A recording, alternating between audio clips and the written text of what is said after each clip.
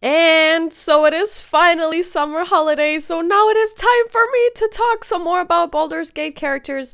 And in this video, I am talking about our dear Wyll Ravengard. So honestly, he's one of my favorite boys in the entire, or men, or whatever, within Baldur's Gate 3. So, without further ado, let's talk about Wyll. So like I said before, Wyll, full name Wyll Ravengard, is an origin character and a recruitable companion with the folk hero background. He's a human and a warlock with the Fiend Pact, and he first appears during Act 1. So we have him from the beginning pretty much, right? Known as the Blade of Frontiers across the marches of Baldur's Gate, Wyll is a valiant hero that fights injustice and haunts monsters wherever they may be hiding. Though bound forever to his eternal patron, Mizora, he has dedicated his whole life to protecting the city that he loves. He can be found and recruited in the Emerald Grove or at camp during Act 1 and romanced by characters of any gender. And so, I do this weird thing where I talk about people's appearances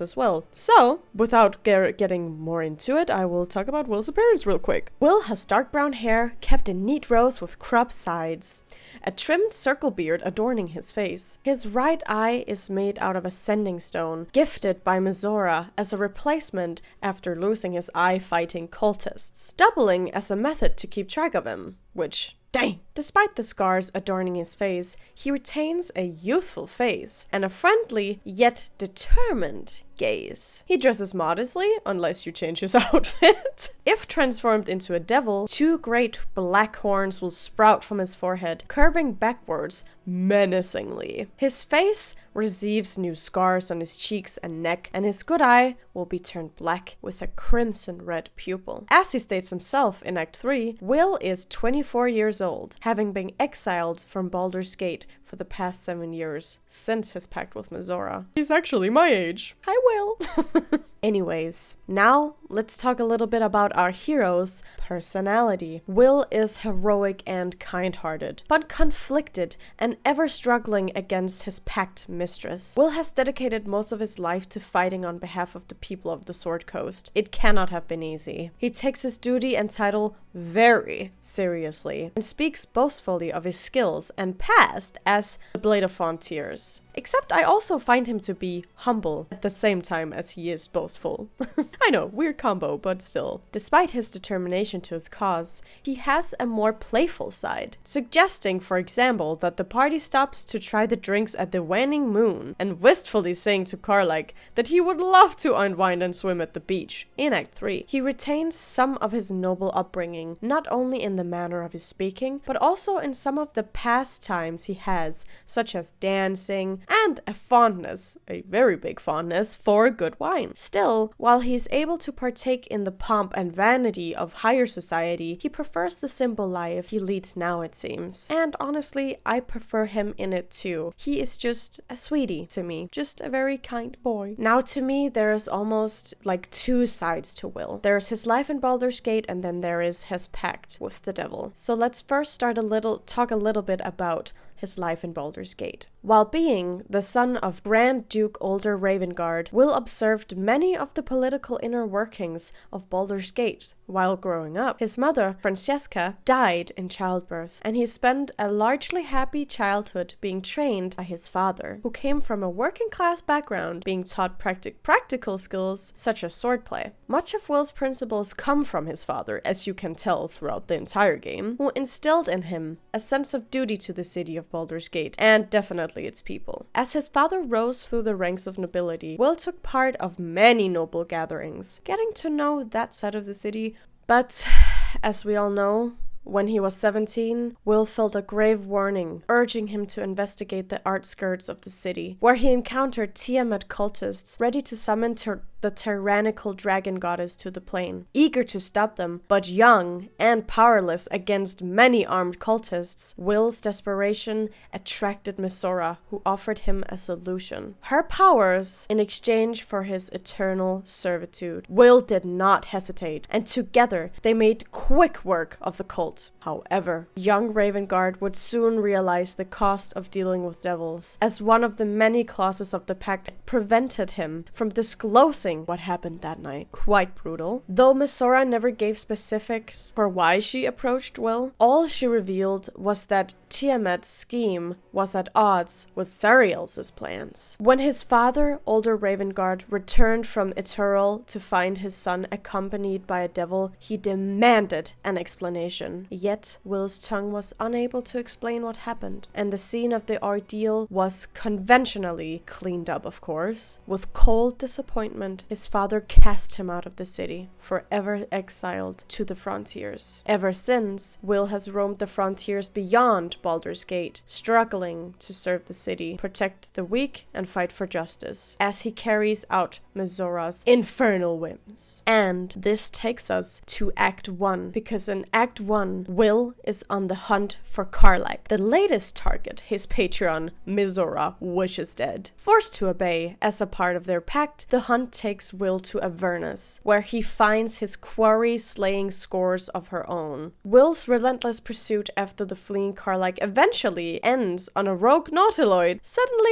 materialized before them. As they confront each other on the ship, they are captured by mind flayers and tadpoles, kept abroad awaiting Ceramorphosis. As we all know, the nautiloid crashes, and then he loses sight of Karlach. Wyll eventually finds himself at the Emerald Grove, though, moved by the plight of the refugees within. He stays to protect them from goblin attacks. After fending off the goblins' guarding party, Wyll can be spoken to in the Hollow. He will recognize the party as being aboard the nautiloid and agrees to join the party in order to find a cure for the tadpoles together. He also reveals that he is on the hunt for a devil escaped from Avernus. As we know, that is Karlach, and he is pretty sure that she is somewhere nearby. Karlach can then be found near the toll house, which prompts Wyll to confront her. Though Karlach defends her innocence, Wyll is still determined to slay her until the tadpoles connect, and a vision of Karlach's escape from Avernus is shared between the party members. The vision shows her tearing through the Archdevil Sariel's forces, frantically seeking escape. She's a victim of the Blood War, not an agent of it. A choice presents itself then. Ignore the warnings and help Wyll slay Karlach, or trust her and spare the tiefling. Should Karlach be spared in this situation, she can be convinced to join the party, or she wants to join the party.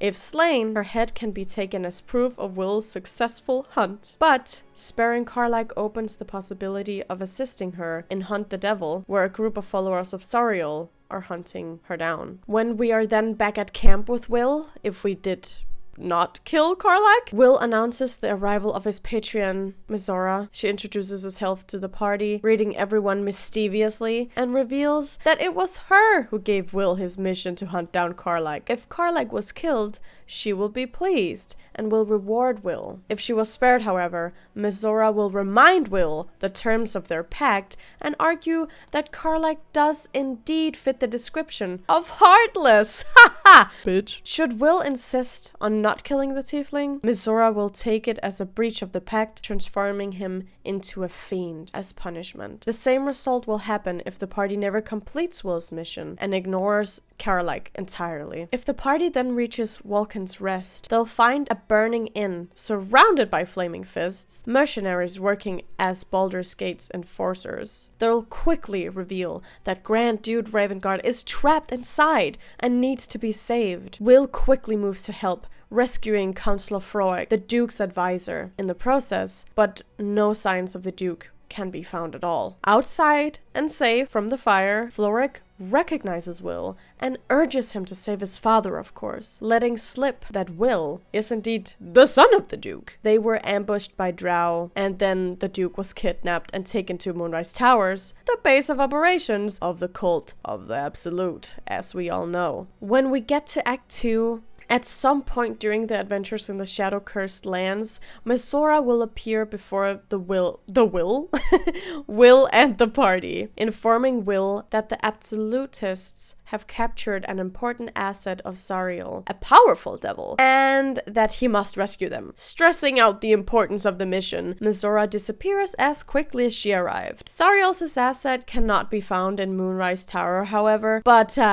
can rather be saved upon entering the Mind Flayer colony after the first battle with Ketheric Thorm. There, the party finds Mizora herself trapped within a pod in the Tadpoling Center. Mizora can be freed from the pod or killed, though killing her will also kill Wyll, as the terms of their pact will be broken. Should the party free her, she can be persuaded to reward Wyll. Mizora can also be pressed to end Wyll's contract, to which she will relent, but not without first stipulating that it will take another 6 months for the pact to end for some reason. However, rescuing Mizora lifts Wyll's restriction on speaking about his pact, allowing the party to learn more about his deal with her. And, as we all know, following Ketheric through the colony, the party will eventually find him arguing with Envar Gartash and Orin the Red, and Duke Ravengard will also be next to them. After the Absolute is revealed to be an Elder Brain under the control of the Free Chosen, Orin takes the Duke and forces a tadpole into his eye. Gartash and Orin leave, like the bitches that they are, for Baldur's Gate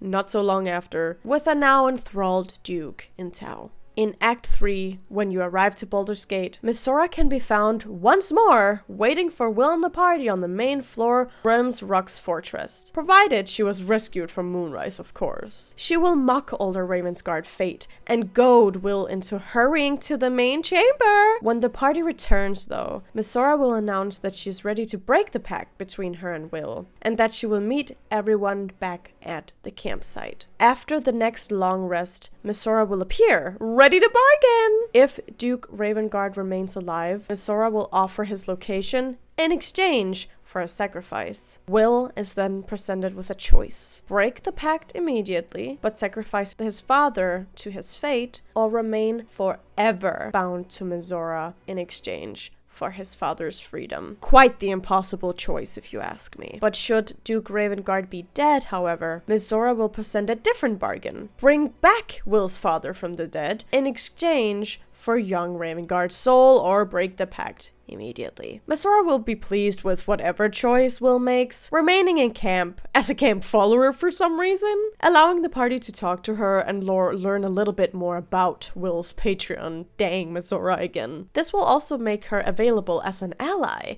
against the Absolute, as part of the quest Gather Your Allies, which is kinda good. She is quite the good asset to have, actually. Duke Ravengard can later be found in the Iron Throne, the underwater fortress used by Gartash and his Banites. Banites. Let me say that. I absolutely love this mission. It was, yeah, you guys know this. Whatever. Moving on. The party can attempt to break him out, however. However, if Wyll sacrificed him in exchange for his freedom, Mizora will appear and attempt to murder the Duke, ensuring the deal goes through as pacted between them. However, girlies and guys, you can actually make this not happen. Like, you can twist this fate. She puts out some spiders on his ass, and you can just kill him and heal him and make sure that the Duke survives. And I prefer to do that. It's hard and quite impossible, but it is definitely, you can do it. So, if the Duke survives, Wyll and his father may have a long overdue reunion, and can then speak to Mizora, who will not be entirely pleased about the outcome, but will honestly otherwise not punish Wyll for outfoxing her, because I guess game is game here. Duke Ravengard will then urge Wyll to find Anzor, a legendary dragon set to sleep under the city, ready to defend it during its time of greatest need. Anzor can be found in the Wormway, below the fortress's prison. Quite odd, but sure. I guess it makes sense, actually. The legendary Baldurin has prepared his trials to test the mettle of adventurers before they seek audience with Anzor. Wyll's upbringing proves valuable during these trials, as he can be consulted for possible solutions to them. And Gale, too. Gale is good at the chess game anyway. With the trials completed, the party may face Anzor, yet all they would find is the decayed corpse of the once great worm. Reanimated, Answer and the Emperor begin arguing, which, what a twist. And it's revealed that the Mind Flayer is none other than Baldurin. What? Turned illithid when he was captured near Moonrise Towers. Angered by Baldurin's betrayal, Answer will attack, forcing the party to put down the worm for good. Quite sad. I would have loved to have Answer by my side. However, Answer's fate can then be revealed to older Ravengard, if he's alive that is.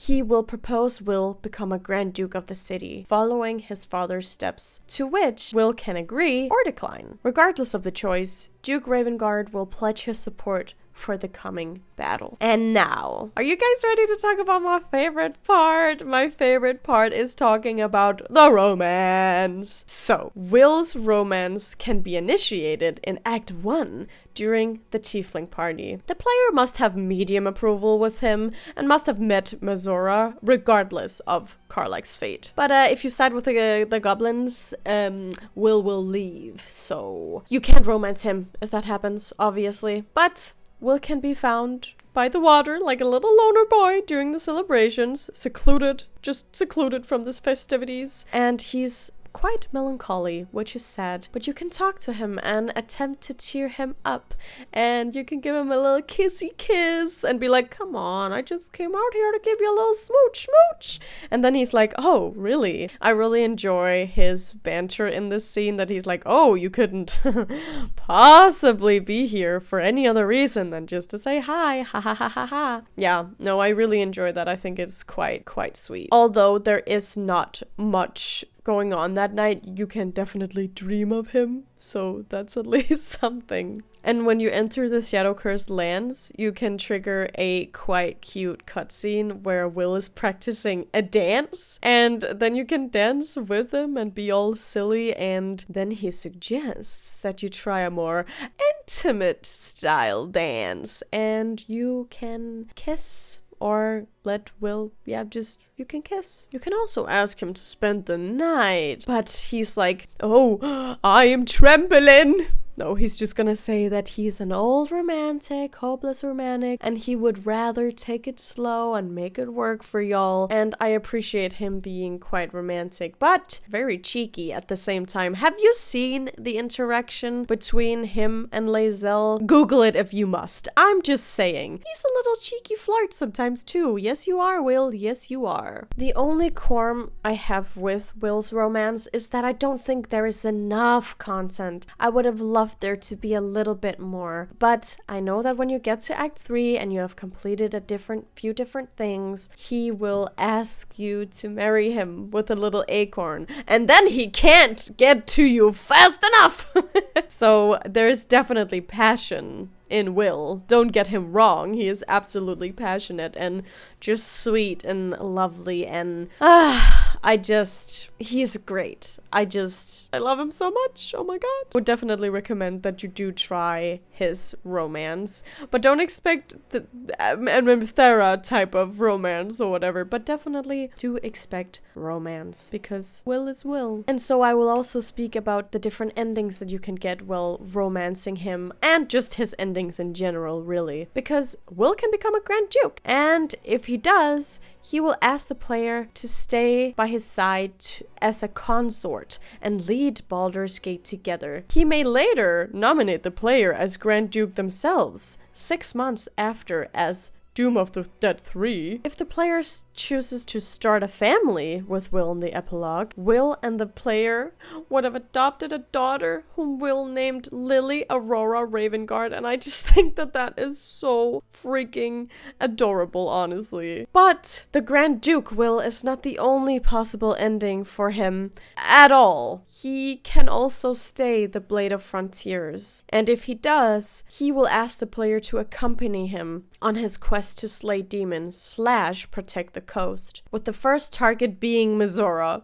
Yikes. Should the player accept, they will go to hunt beasts together. The route plays the same way if Wyll and the player accompany Karlach to Avernus. But you can actually also say no to Wyll, and Wyll will go alone, but you will still maintain a long-distance relationship. But honestly, what the hell, no! And then there's kind of a third option in a way. If you are illithid it doesn't really matter what Will's state is. Wyll will stay with an illicit player. However, he says that he cannot exactly pursue the romance that he had in mind and suggests the player to stay in the Undercity while he brings some sustenance and visits as company. Should the player accept to live in the shadows, the relationship with Wyll stays after 6 months, with Wyll making arrangements with an assassin to bring the player more food, which, wow, goals, huh? Like, just goals! I have experienced him going both through Avernus and him being a Grand Duke, and I think the Grand Duke ending is quite adorable, but I will also say that it's kind of funny that if Older is still alive, he speaks of it as if though he's not literally your father-in-law.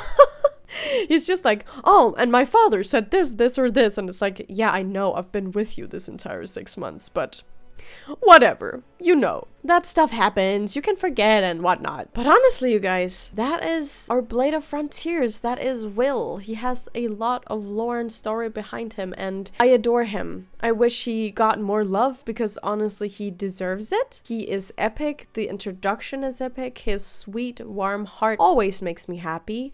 And yeah, his little smile just makes me all goofy, okay? I can't help it, okay? But with all that being said, you guys, thank you so much for watching. Remember to like, comment, and subscribe, and I will get it? Hopefully see you in the next video. Bye-bye!